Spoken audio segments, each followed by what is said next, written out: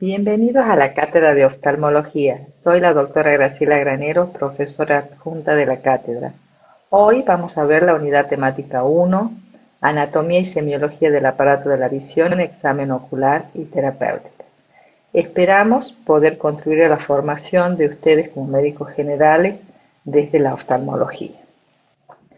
Para comenzar, vamos a ver una breve reseña de la embriología. Como ustedes saben, ya el día 25 del desarrollo embrionario comienza a formarse el ojo con las fosetas ópticas en el prosencéfalo. Y estas ya el día 27 del desarrollo embrionario se convierten en las vesículas ópticas que se seguirán desarrollando durante todo el embarazo hasta el 9º mes que nace el bebé. ¿Qué es lo que ustedes deben recordar como médicos generales? Primero, que cualquier noxa, ya sea vírica o malformación genética, que afecta el primer trimestre del embarazo va a traer alteraciones a nivel del ojo y del resto del cuerpo. Y segundo, tienen que recordar que si el bebé nace pretérmino y de bajo peso, la vascularización de la retina no va a estar completa y si es expuesto al oxígeno, como probablemente lo sea porque el niño pretérmino y de bajo peso suele tener alterada la parte respiratoria y puede hacer enfermedad de la membrana hialina, puede también, debido a que no ha completado la vascularización de la retina, hacer lo que se denomina retinopatía del prematuro, que debe ser diagnosticada y tratada oportunamente para evitar la ceguera.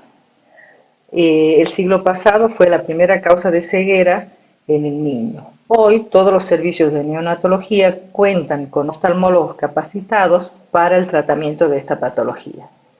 Entonces, no olvidar que todo niño nacido de pretérmino en la misma neonatología debe ser revisado por un médico oftalmólogo. Y como médico general, de tratar de evitar que nazcan los niños pretérmino, de llevar un embarazo completo. Ahora vamos a ver en esta segunda diapositiva algunas alteraciones congénitas en el globo ocular. Fíjense acá, ustedes pueden observar dos diapositivas. En la de la izquierda pueden observar que el iris tiene una alteración en la parte inferior. Fíjense que falta parte del tejido. Entonces la pupila no está en el área central. Cuando falta parte del tejido se denomina coloboma. Esto es un coloboma de iris. Ustedes como médicos generales, ante esta situación, tienen que recordar que al ser una malformación, deben buscar alteraciones en el resto del organismo. En el caso del coloboma de iris suele haber cierta asociación con el tumor de Will y patología renal. Entonces, si ustedes hacen un diagnóstico precoz, van a hacer un tratamiento adecuado y pueden preservar la función renal. Entonces recuerden, cuando falta parte del tejido se llama coloboma, en este caso coloboma de iris. Veamos ahora la figura de la derecha. Fíjense, aquí pueden observar que las pupilas no son negras, sino blancas, ¿ven? Esas manchas blancas en la pupila se denominan leucocoria. Leuco es blanco y coria pupila. En este caso es una catarata congénita total. Este bebé nació con catarata. Esta patología debe ser detectada precozmente y referida al médico oftalmólogo urgentemente para que haga el tratamiento adecuado.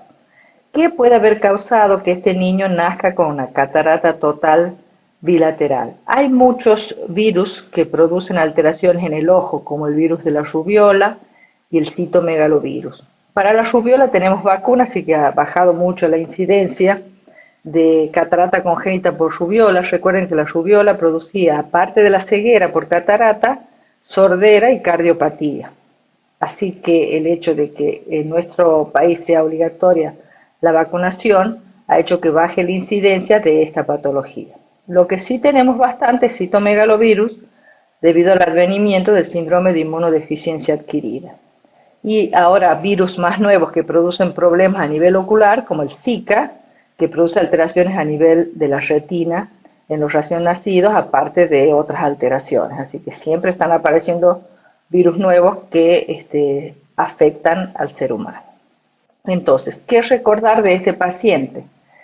Que todo niño con catarata congénita total debe ser referido al oftalmólogo de forma inmediata, porque debe de recibir un tratamiento adecuado, que en este caso será la extracción del cristalino, se le pondrán lentes de contacto para que el niño pueda hacer foco, se le estimulará la visión y ese niño va a poder ver bien.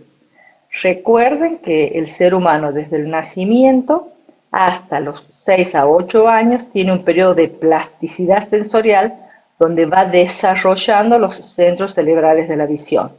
Si el ojo no tiene imágenes nítidas por cualquier alteración, en específico acá sería la catarata, puede tener una disminución de la agudeza visual que pasado este periodo de plasticidad sensorial se hace permanente. Entonces, como médicos generales, recordar que ante cualquier alteración ocular en el nacimiento deben ser referidos inmediatamente al especialista. Veamos ahora la parte de anatomía. Bueno, anatomía y fisiología de la visión ustedes ya la han visto cuando han cursado anatomía y cuando han cursado fisiología. Acá lo único que les voy a pedir es que traten de traer estos conocimientos de nuevo, pueden repasarlo de estas materias o bien de los libros que yo después les voy a sugerir en la bibliografía. Es bien importante que recuerden bien la anatomía y la fisiología para que puedan comprender la patología. No lo vamos a hacer muy extenso acá porque esto lo pueden leer en el libro y si no, este video sería demasiado extenso. Sí les voy a recordar algunas cosas. Por ejemplo, los globos oculares están en las órbitas, ¿sí?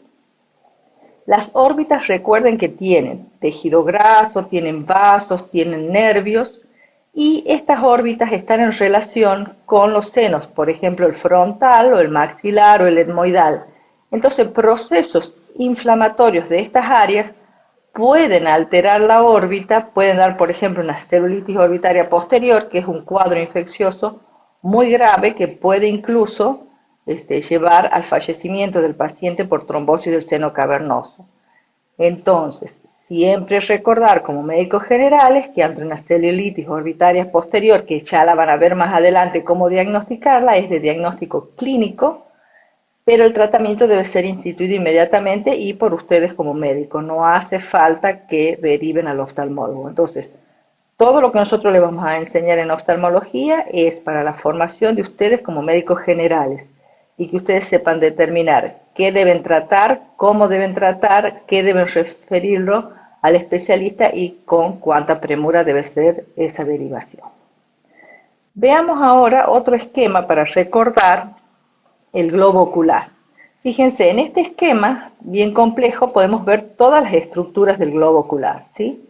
Para hacerlo un poco más didáctico vamos a empezar dividiéndolo en capas. Fíjense, esto que ustedes ven de color blanco acá que les señalo con la flecha es la esclera, ¿sí? La esclera se continúa hacia la parte anterior con la córnea. Sobre la esclera están insertados los músculos, los 6 músculos, ¿sí? Que tienen que recordar que esos músculos mueven el ojo en todas las direcciones de la mirada y que están inervados por los pares craneales tercero, cuarto y sexto. Cubriendo a esto está la conjuntiva. Por delante, fíjense, está acá los párpados y las pestañas que protegen el globo ocular. Después tenemos en la capa media la capa vascular que se llama úvea y está constituida por la coroides, que es lo que les estoy señalando ahora, el cuerpo ciliar y el iris. El cuerpo ciliar tiene como importante que ahí se forma el humor acuoso. Ese líquido va a circular desde la cámara posterior a la anterior y se va a reabsorber por el trabecular. Y es uno de los medios transparentes del ojo, ya lo vamos a ver en la próxima diapositiva. Y en la parte interna tienen la retina con sus 10 capas, con el área de máxima visión que es la mácula, y acá tienen el nervio óptico que es el primer par craneal. Y esto va hacia los centros cerebrales de la visión. Recuerden que el ojo es parte del sistema nervioso central. Acá ven otra estructura que es el cristalino, que es donde se forma la famosa catarata, que quizás ustedes conocen porque quizás sus abuelos ya están operados de catarata. Entonces, capaz que tienen ese conocimiento. Ya vamos a hablar más adelante del cristalino. Vamos a ver ahora en la siguiente diapositiva cuáles son los medios transparentes del ojo. Esto es muy importante que ustedes lo recuerden porque es pregunta en los parciales y porque de que los medios transparentes estén transparentes depende mucho la calidad visual. Los medios transparentes del ojo son la córnea, el humor acuoso que ven acá en celeste, el cristalino y el vitrio, que es un gel que ocupa toda esta superficie. El poder dióptrico mayor lo tiene la córnea, casi 40, y el cristalino 19-20. Por acá va a entrar la luz y va a hacer foco normalmente en esta área de la retina que es la mácula. ¿Sí? Ahora, fíjense, en esta otra diapositiva ustedes pueden observar un ojo con todas las estructuras de los medios transparentes, la córnea, el cristalino, el humor acuoso y el humor vítreo, y acá ven en la retina una imagen, ¿sí?, de unas margaritas amarillas. Todavía esta imagen física no la estamos viendo por más que está formada, a menos que esta imagen pase ese mensaje a través del nervio óptico hacia los centros cerebrales de la visión. ¿Qué tiene que ocurrir acá con las células de los conos y de los bastones en la parte periférica? Recuerden que los conos generalmente están en la mácula y son los que dan la visión del color. Tiene que haber una reacción química que da una señal eléctrica que manda esa imagen a los centros cerebrales. Y los centros cerebrales no solamente discriminan, que ustedes están viendo unas margaritas amarillas, sino el lugar y se asocia a otros centros de asociación para interpretarla. Así que fíjense qué sofisticado que es el sentido de la visión, y uno de los sentidos más valorados por el ser humano. Bueno, entonces, todo lo que hemos visto hasta acá de anatomía y fisiología lo hemos visto en forma muy somera, ustedes deben completarlo con el libro. Vamos a ver ahora la semiología oftalmológica. Toda la parte de semiología oftalmológica la vamos a ver en la parte práctica más adelante. Solamente yo les voy a hacer una introducción para que ustedes vayan introduciéndose en el mundo de la oftalmología. La semiología es lo mismo que ustedes han visto en semiología, pero acá vamos a agregar un estudio que todavía no conocen, que es el examen subjetivo, ¿sí? El examen objetivo y los métodos auxiliares de diagnóstico. Vamos a ver, entonces, lo más importante, por lo que comenzamos, la anamnesis. En oftalmología, la anamnesis es igual que lo que ustedes han visto en semio y en clínica.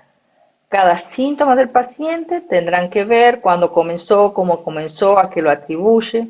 En oftalmología es bien importante preguntar si tiene diabetes o hipertensión, porque esas enfermedades tienen muchas manifestaciones oftalmológicas. Preguntar si hay algunos casos de ceguera hereditaria, si hay glaucoma en la familia. También es importante dónde viven, la edad del paciente y a veces también es importante el sexo. Siempre un buen clínico, una vez que terminó su anamnesis, si no tiene idea de lo que el paciente tiene o no, más o menos una idea del síndrome, no va a saber qué estudios objetivos y qué estudios complementarios va a pedir y es muy difícil que llegue a un diagnóstico, porque el diagnóstico también depende del contexto clínico, el lugar donde vive el paciente. Eso a medida que ustedes vayan haciendo más historia clínica y viendo más pacientes y haciendo más prácticas, van a tener ese famoso ojo clínico que haciendo 2 preguntas saben el diagnóstico. Vamos a ver entonces el examen subjetivo. Esto es específico de la parte oftalmológica, pero ustedes como médicos generales tienen que saber administrarlo, ¿sí? Son la agudeza visual, el campo visual y la visión de los colores. Se llaman estudios subjetivos porque nosotros tenemos que creer lo que el paciente nos dice, ¿sí? Por ejemplo, la agudeza visual, ustedes seguramente le han tomado cuando le han hecho su receta de anteojos o cuando han ido a sacar un carnet de conducir o antes en la escuela, ¿sí? En realidad, por ley en nuestro país, deben hacer un examen de agudeza visual al ingreso escolar, ¿sí? Fíjense que hay dos tipos de test acá, los que yo les muestro. Uno es con este cartel que tiene símbolos, que lo pueden ver a la izquierda, que es el cartel de la doctora Lía Givarini, que es para niños. Y a la derecha ven para adultos un cartel con letras. Ya van a ver en los consultorios que los carteles de optotipos desde Ellen también vienen con símbolos, ¿sí? Y ustedes como médicos generales pueden bajar un cartel de prueba en sus celulares ahora. O sea que la agudeza visual es algo que ustedes deben saber aprender a tomar. Se puede tomar en realidad desde un niño antes del año, también se puede tomar con una linterna, uno les muestra una luz y si el niño sigue la luz, visión tiene, aunque no puedan saber cuántas décimas. Para eso tendría que ir ya a un oftalmopediatra. La agudeza visual se mide en décimas, 10 décimas es ver hasta la última fila, ¿sí? De todas maneras, ¿cómo se toma la agudeza visual? Lo vamos a ver bien en la parte práctica y ustedes van a saber tomar para que ustedes lo puedan tomar en su consultorio, en su centro de atención, en un centro de atención primaria, en la escuela y sepan referir a los pacientes. Veamos ahora el campo visual. El campo visual es otro estudio subjetivo que ustedes ya han hecho en semiología cuando han hecho campos visuales por confrontación y ustedes pueden ver una, por ejemplo, hemianopsia. ¿Qué importancia tiene el campo visual? Es un estudio sumamente importante porque les permite detectar muchas enfermedades neurológicas, tumores, por ejemplo, en la hipófisis, accidentes cerebrovasculares. El que yo les estoy mostrando ahora es un campo visual computado. Ustedes fíjense, acá está el paciente sentado mirando a una cúpula, unas lucecitas que le muestra el equipo, ¿sí? La computadora procesa y les va a dar este diagrama. Fíjense, esto es un campo visual a 30 grados, esto que ven oscuro se llama escotoma, que es un área de no visión, que en este caso corresponde a la mancha ciega, que es la salida del nervio óptico, que eso es fisiológico. Ustedes ya saben, incluso cuando les enseñan a manejar, les dicen siempre mire por el retrovisor, mire al costado antes de adelantarse, por si viene una bicicleta o algo que usted no está percibiendo. Nosotros no percibimos que tenemos ese punto ciego, ¿sí? Porque el cerebro lo borra para que nosotros percibimos como que vemos todo, ¿sí? Este estudio entonces es importante para el diagnóstico de tumores o síndromes neurológicos y también es muy importante para estudiar una enfermedad que se llama glaucoma.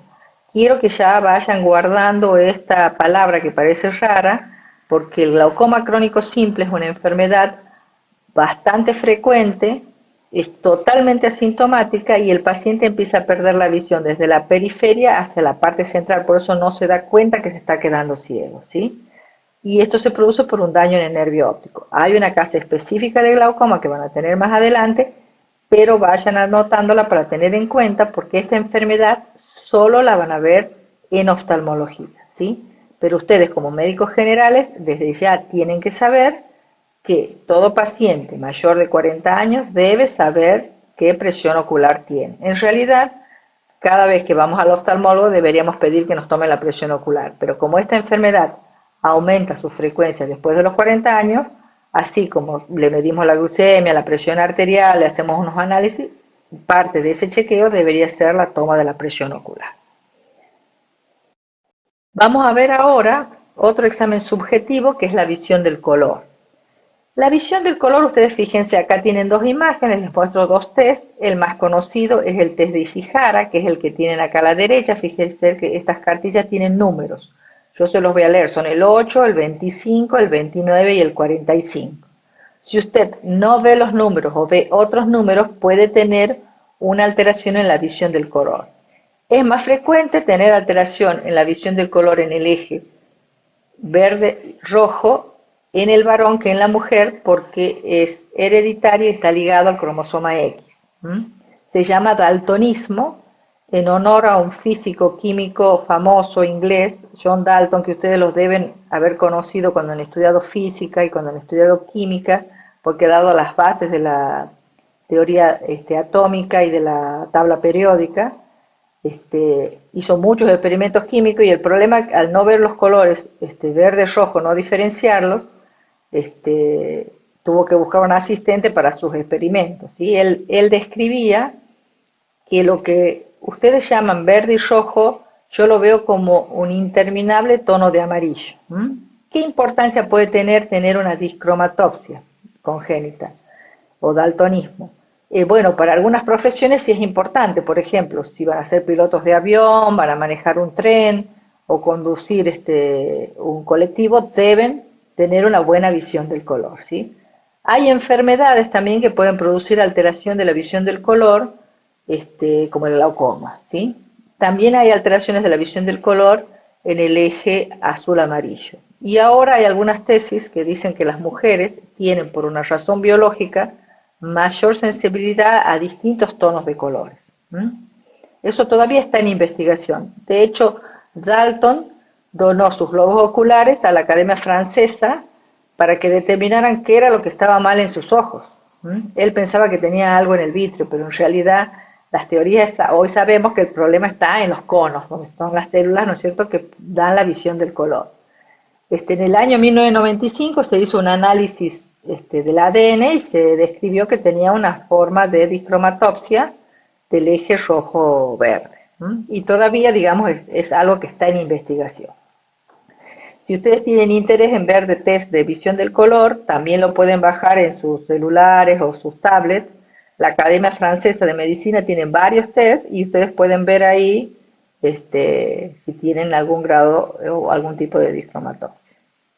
Entonces, hasta acá hemos visto los test subjetivos. Ahora vamos a ver el examen objetivo. Acá lo que yo veo es lo que el paciente tiene, ¿sí? Y yo puedo corroborar un examen subjetivo con un objetivo. ¿Por qué? Porque puede ocurrir, por ejemplo, que la agudeza visual, un paciente quiere un certificado de discapacidad y me diga que no ve y me está mintiendo, pero yo tengo manera de corroborar si eso es verdad o no haciéndolo los exámenes objetivos. Por ejemplo, el examen directo con luz difusa es uno, el examen con luz artificial, la lámpara de hendidura, la oftalmoscopía, la tonometría, la esquiascopía y la autorrefractometría. Vamos a empezar entonces primero el examen directo con la luz difusa. El examen directo con la luz natural, nosotros podemos ver los párpados, la posición, ver si el párpado está caído, si tiene un exoftalmo, que ustedes ya deben haber visto en semiología, por ejemplo por el hipertiroidismo. Podemos ver los movimientos de los ojos. Y después con una luz artificial, con la linterna, que ahora todos tenemos una linterna en el bolsillo con el celular, podemos ver los reflejos, el reflejo fotomotor, el consensual. Ahora, cuando hagan la parte práctica van a ver cómo con una linterna podemos ver muchos detalles que quizás se nos pasan inadvertidos si no nos enseñan a verlos. Es bien importante cuando hagan la parte práctica que vean simplemente con una linterna todo lo que se puede ver en el ojo, porque ustedes como médicos generales lo que van a tener es la linterna, ¿sí? Veamos ahora otro examen objetivo. Esto es con la lámpara de hendidura, también la vamos a ver a este aparato en la parte práctica. Es un microscopio que tiene una luz de hendidura que permite ver el ojo desde la pestaña hasta la retina. De hecho, se pueden interponer algunas lupas para ver bien el fondo de ojo. También pues, se pueden usar colorantes, como van a ver en la parte práctica, como la fluoresceína, que permite ver si hay úlceras en la córnea. Este método, como es un microscopio, nos permite ver incluso cuando hay inflamaciones en el ojo que se llaman uveitis. A veces flotan células inflamatorias en la cámara anterior, en el humor acuoso, y uno las puede ver con la lámpara de hendidura, con la luz de hendidura. Digamos, ustedes van a ver algunas imágenes con la lámpara de hendidura en el práctico, no la van a aprender a usar, eso solamente si después quieren ser médicos oftalmólogos, pero tienen que conocer el aparato y para qué sirve. Después tenemos otro que es examen objetivo, que es la oftalmoscopía, que puede ser directa o indirecta. Fíjense, la indirecta que ven hacia la izquierda, esto el médico se lo pone a la vincha en la cabeza, esto emite una luz y ustedes con una lupa pueden ver el fondo de ojo y toda la parte periférica de la retina. Esto también vamos a ver en la parte práctica. Y con este otro aparatito que es el oftalmoscopio directo, vamos a aprender a ver dos cosas. Una, el reflejo rojo, que ustedes en realidad ya lo han visto muchas veces porque cuando sacan fotos con flash, ustedes ven las pupilas rojas. Eso significa que los medios transparentes del ojo están transparentes y están bien. Si no ven el reflejo rojo o está alterado es porque hay alguna patología. Esto se puede ver con el oftalmoscopio indirecto proyectando la luz más o menos a una distancia de medio metro. Y van a ver también la oftalmoscopia directa para ver el fondo de ojo, ¿sí? Ya, de todas maneras, esto lo vamos a ver en la parte práctica y tienen que acostumbrarse a que van a poder verlo porque ya existen aditamentos que se pueden poner a los celulares para poder sacar fotos del fondo de ojo. ¿Ah? Así que quizás en la medicina del futuro, no tan futuro, quizás en pocos años, el médico general tenga algún aditamento para poder sacar una foto, por ejemplo, del fondo de ojo y referirlo al oftalmólogo, por ejemplo, en un paciente diabético, para ver si necesita tratamiento o para hacer screening. ¿Ah? Así que la medicina, la tecnología está ayudando mucho en muchos diagnósticos, ¿sí? Y sobre todo en la oftalmología avanza rapidísimo. Vamos a ver ahora otro examen objetivo que es la tonometría. La tonometría es tomar la presión del ojo. Bueno, quizás hasta ahora ustedes sabían que existía una presión arterial y han tomado la presión arterial. Bueno, la presión ocular, de paso les aviso, es de 10 a 20 milímetros de mercurio, la normal, y es uno de los signos que está alterado cuando hay glaucoma. ¿Se acuerda que hablamos de una enfermedad glaucoma que afectaba el nervio óptico y podía llevar a una ceguera irreversible? Bueno, esa enfermedad tiene también la presión aumentada. Entonces, ¿cómo podemos hacer para diagnosticarla? Primero, tomar en el consultorio cuando uno va al oculista la presión ocular. Pero como a veces no todo el mundo va al oculista, podemos hacer screening de toma de presión ocular, que de hecho la cátedra los hace todos los años. Se toma la presión ocular a pacientes en general haciendo screening. Los que tienen la presión alta después se hacen un estudio. Lo ideal es que todo paciente de 40 años cuando va a hacer su anteojo para ver de cerca, por la presbicia se le tome la presión para poder ser diagnosticado a tiempo. Fíjense, acá hay distintos tipos de tonómetros. Tienen un tonómetro de aplanación unido a la lámpara de hendidura como tienen que parece una lapicera, se llama TonoPen, tienen este Perkins que también es portátil, tiene unas pilas, ¿sí? Todos estos toman la presión ocular.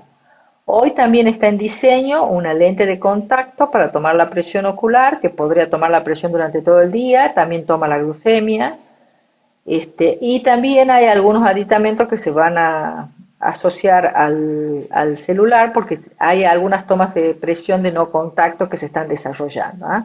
Y probablemente pronto ustedes también nos puedan mandar los datos de sus pacientes, como médicos generales puedan tomar aparte de la presión arterial, la presión ocular. Veamos otro examen objetivo, la esquiascopía y la autorrefractometría. Estos dos métodos lo que hacen es sacar la refracción del ojo. Ya van a ver vicios de refracción en próximas clases, ¿sí? Entonces nos dice si el ojo es miope, es hipermétrope, si tiene astigmatismo. Lo podemos hacer con este aparatito que es el retinoscopio, que se basa en ver el reflejo rojo, ¿se acuerda que hablamos? El movimiento de una sombra y con eso nosotros calculábamos qué vicio de refracción tenía el ojo. Ahora se usa más que nada en los bebés, pero ya la mayoría de las veces tomamos la refracción con este aparato que es una computadora. Ustedes los que usen anteojos saben que se apoyan acá y este aparato les muestra una imagen y calcula qué vicio de refracción tienen ustedes. Y en base a eso se prueban los lentes de corrección. Esto también lo van a ver en la parte práctica para poder comprender mejor la patología refractiva.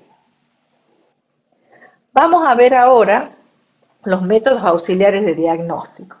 Entonces hemos visto métodos subjetivos, objetivos y ahora vamos a ver los métodos auxiliares. En los métodos auxiliares de diagnóstico tenemos varios, yo acá se los enumero: la retinofluoresceinografía, la ecografía, OCT y HRT, estudios bioeléctricos, tomografía computada, resonancia magnética, radiografía y hay muchos más.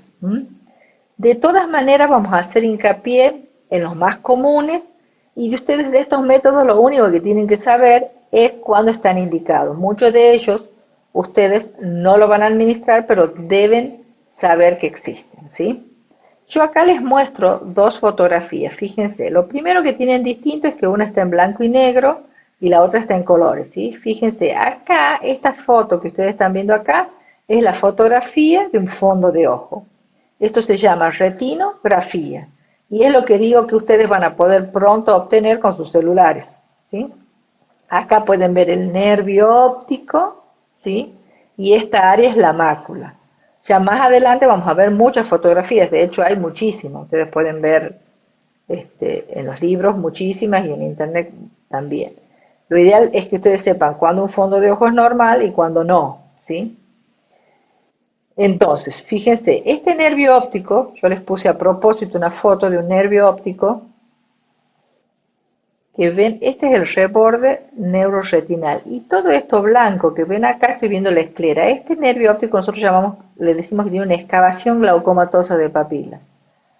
Porque los pacientes con glaucoma, recuerden que son pacientes que si no se tratan a tiempo, se quedan ciegos por daño del nervio óptico.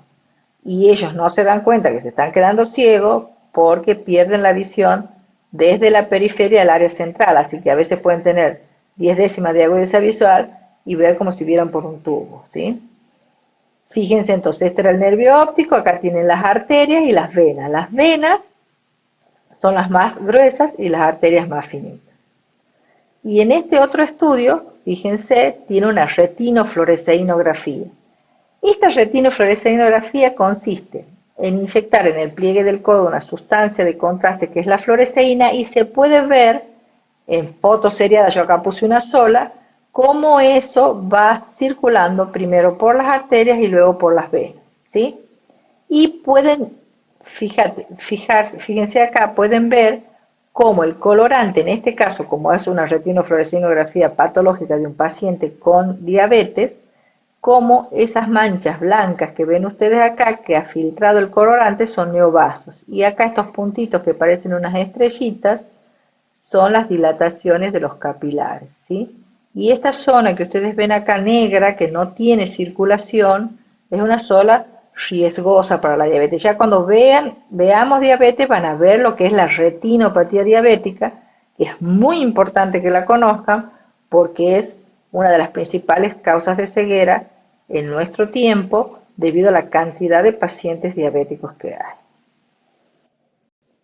Vamos a ver otro estudio que es la ecografía. Fíjense, la ecografía ustedes ya la han visto en diagnóstico por imágenes, ¿sí? Esta ecografía ocular la hace el médico oftalmólogo con una sonda especial. El ultrasonido nos da imágenes que pueden atravesar los tejidos y nos pueden mostrar partes de que yo quizás a simple vista no la pueda ver. Por ejemplo, la ecografía está indicada cuando los medios transparentes del ojo, por ejemplo la córnea o el cristalino, por un trauma, se han vuelto opacos y no me permite ver el fondo de ojo, y yo necesito saber si por ese trauma se desprendió la retina o hay un cuerpo extraño vegetal o no metálico, porque si es metálico con una radiografía sale, yo hago una ecografía y puedo ver esa alteración, ¿sí? Hay dos tipos, A y B. Fíjense en esta ecografía, también le puse yo patológica, esta área corresponde a la córnea y el cristalino. Y esta área corresponde a la esclera posterior, ¿sí? Normalmente este tejido que ven ustedes acá debería estar adherido acá a la esclera. Acá está desprendido, esta retina se desprendió por un trauma. Entonces es muy importante que el médico cuando va a solucionar esa catarata traumática algo sepa que hay un desprendimiento de retina, ¿sí? Es de mucha utilidad. Pacientes también diabéticos, a veces que hacen hemorragias de vitrio, también es importante y esa es la indicación precisa de la ecografía. También otros estudios existen, por ejemplo, para medir el largo axil del ojo o para medir la lente intraocular que se va a implantar en un paciente que va a ser operado de catarata. Pero ustedes como médicos clínicos y como estudiantes de la cátedra, recuerden que la ecografía se pide cuando los medios transparentes del ojo han perdido su transparencia y queremos saber cómo está el polo posterior, pedimos la ecografía. De hecho, la ecografía está tan desarrollada en la parte oftalmológica que a veces hace diagnóstico también de tumores. Cuando hay tumores, también como el retinoblastoma es bien importante pedir una ecografía. Ya lo van a ir viendo con cada patología. Ahora les parece muy abstracto estos conceptos, pero van a ir siendo reforzados en cada una de las clases. Ahora es algo general. Veamos otros métodos auxiliares de diagnóstico. Estos métodos auxiliares de diagnóstico son muy sofisticados, solamente se los muestro para que sepan que existen. Son más del uso del oftalmólogo, pero fíjense ahora cómo con métodos no invasivos podemos estudiar, por ejemplo, una estructura como es el nervio óptico con el HRT, que es una tomografía, que puede ver el nervio óptico, fíjense acá las imágenes, y hacer cálculos de volumen y cantidad de células y ir viendo cómo va evolucionando ese nervio óptico en el paciente con glaucoma. Y de este lado tiene la tomografía de coherencia óptica, que puede ver la retina ahora con los nuevos software. En realidad se puede ver retina, se puede ver la córnea, la cámara anterior, el ángulo. Esta imagen nada más para que vean lo sorprendente que es este equipo, es para que vean acá, esta es el área macular. En estos pacientes hay lo que se llama un agujero macular o una maculopatía. Eso ya lo vamos a ver más adelante. Lo único que quiero que observen es cómo esta imagen es como un preparado histológico. Si ustedes se acuerdan de histología, cuando veían retina y mácula, se pueden ver las 10 capas de la retina, ¿sí? Se lo ven distintos colores, después fíjense acá las pueden ver en 3D.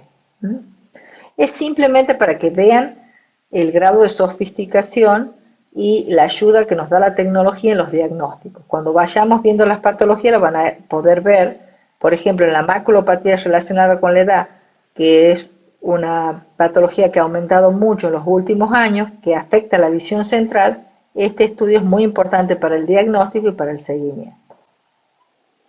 Veamos ahora los estudios bioeléctricos. Estos en el libro están un poco complejos, en realidad no necesitan saber tan detallada la forma, digamos, en que se aplican, pero sí tienen que comprender cuándo son solicitados. Así que yo acá les hice un esquema para que quede más claro, y esto sí deben recordar. Por ejemplo, los estudios bioeléctricos son 3 lo que nosotros le vamos a solicitar. Uno es el electroretinograma, otro es el electrooculograma y el potencial visual evocado.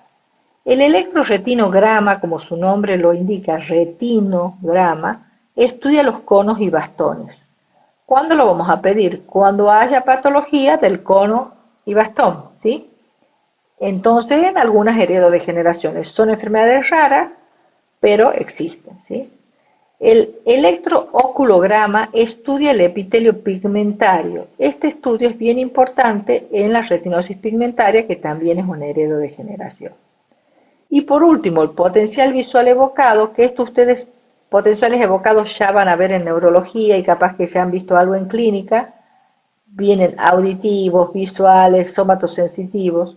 Son muy importantes para estudiar la vía óptica. Por ejemplo, supongamos que el paciente tiene una pérdida súbita de la visión. Nosotros estudiamos todo el nervio óptico y no le encontramos nada. Hasta acá, que es donde nosotros lo podemos ver, que es hasta la papila, ¿sí? No le encontramos nada, pero el paciente efectivamente no ve. Sí le podríamos encontrar alguna alteración en los reflejos, ¿sí? Entonces, el potencial visual evocado, ¿qué es lo que estudia? Estudia la vía óptica desde la papila hasta los centros cerebrales. Si me sale alterada, significa que hay, por ejemplo, una enfermedad desmielinizante, como la esclerosis múltiple, un tumor o algo que está alterando el nervio óptico, ¿sí?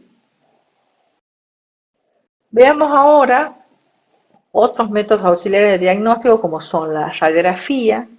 Yo la puse acá al final, a la radiografía simple, porque todas las vamos olvidando y siempre nos acordamos de la tomografía y la resonancia.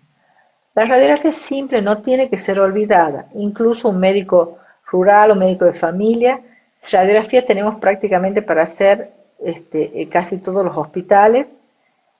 Ante un paciente con trauma, sobre todo si ha sido con elementos metálicos, siempre pidan una radiografía.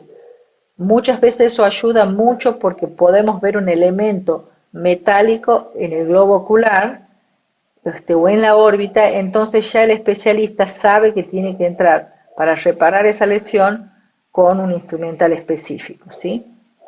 Después tenemos la tomografía computada para ver parte ósea, por supuesto que de mucha utilidad en la órbita, en pacientes traumatizados que van a haber muchos traumatismos de órbita porque hay muchos accidentes en moto.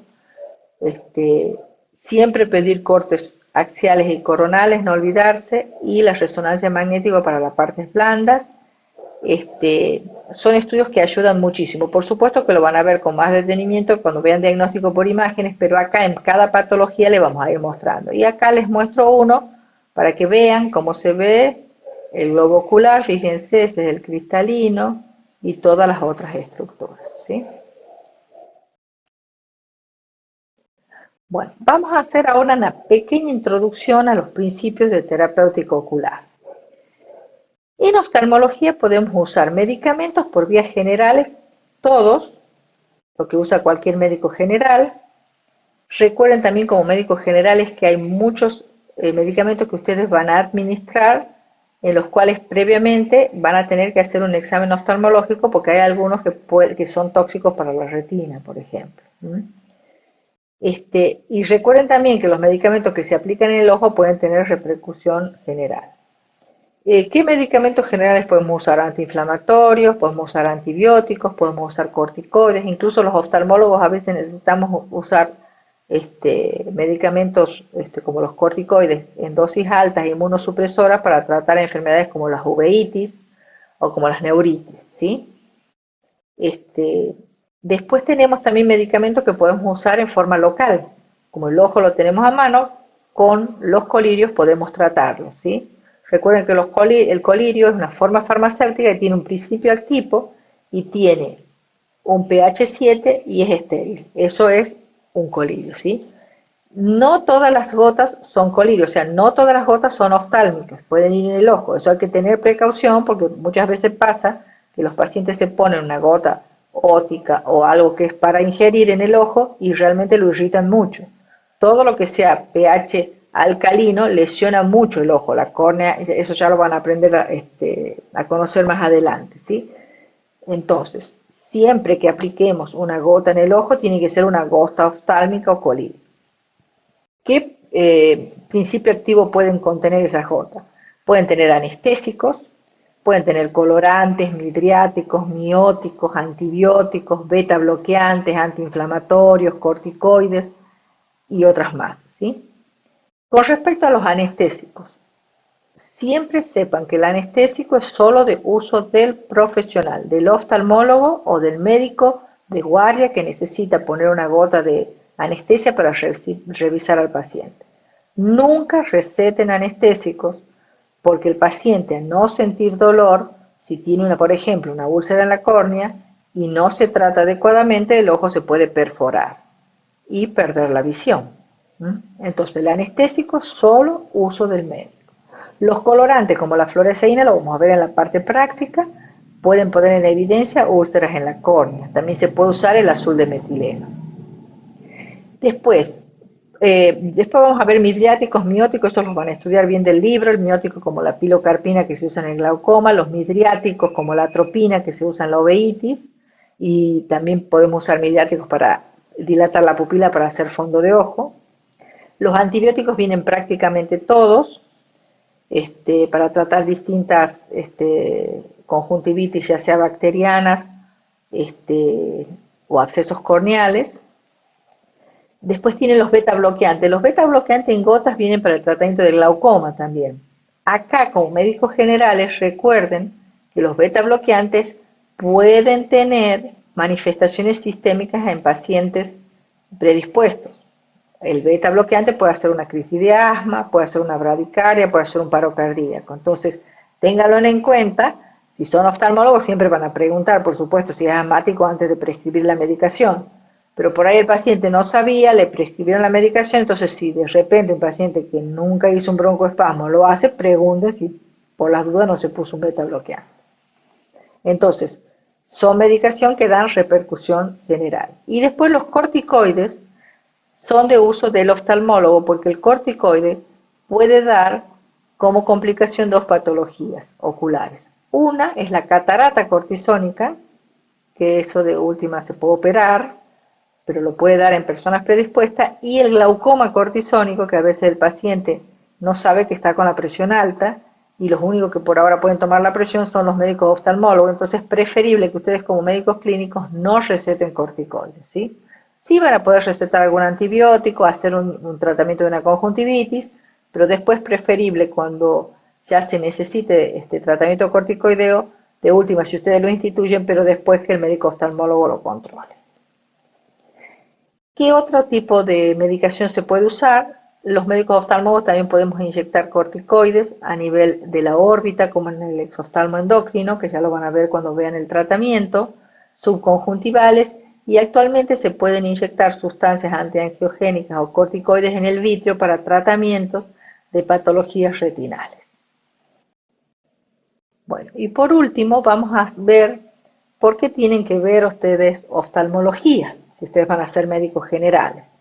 Bueno, fíjense que la oftalmología les va a contribuir muchísimo en su formación porque el ojo está relacionado prácticamente con todo el cuerpo. Bueno, con el sistema nervioso central, obviamente con un fondo de ojo que ustedes vean un edema bilateral de papila, están diagnosticados en el 70% un tumor cerebral, ¿sí? Si está asociado a un síndrome de hipertensión endocraniana, hacen un diagnóstico por imágenes y saben que en realidad el ojo es parte del sistema nervioso central.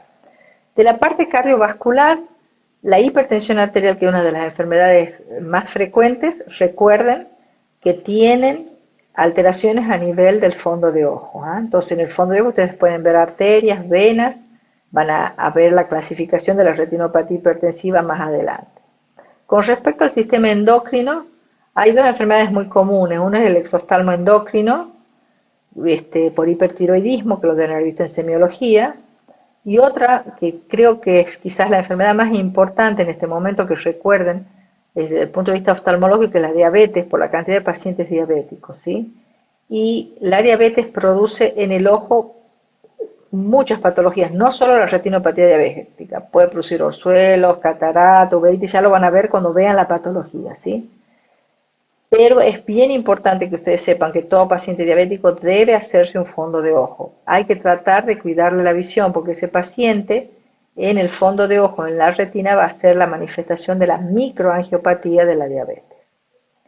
Las hemopatías, por ejemplo, algunas leucemias se manifiestan con unas hemorragias en escarapelas en el fondo de ojo. Muchas veces hacen un fondo de ojo de screening y ven y pueden a veces incluso hacer un diagnóstico antes de la sintomatología. Bueno, las colagenopatías como la artritis reumatoidea, el lupus y todas las enfermedades autoinmunes tienen manifestaciones a niveles ocular importantes, y ya la van a ver incluso en clínica cuando vean ustedes y lo van a ver algo ahora en oftalmología. Las infecciones casi todas tienen manifestaciones a nivel ocular como la tuberculosis, la sífilis, la gonorrea con la conjuntivitis gonorreica, la brucelosis, el SIDA. De hecho, hoy los pacientes con inmunodeficiencia adquirida, cuando hacen su tratamiento, que ahora hemos logrado cronificar esa enfermedad, se controlan con el fondo de ojo. De paso, como anécdota, les cuento que el primer paciente diagnosticado de SIDA en Argentina lo hizo un oftalmólogo viendo un fondo de ojo, ¿sí?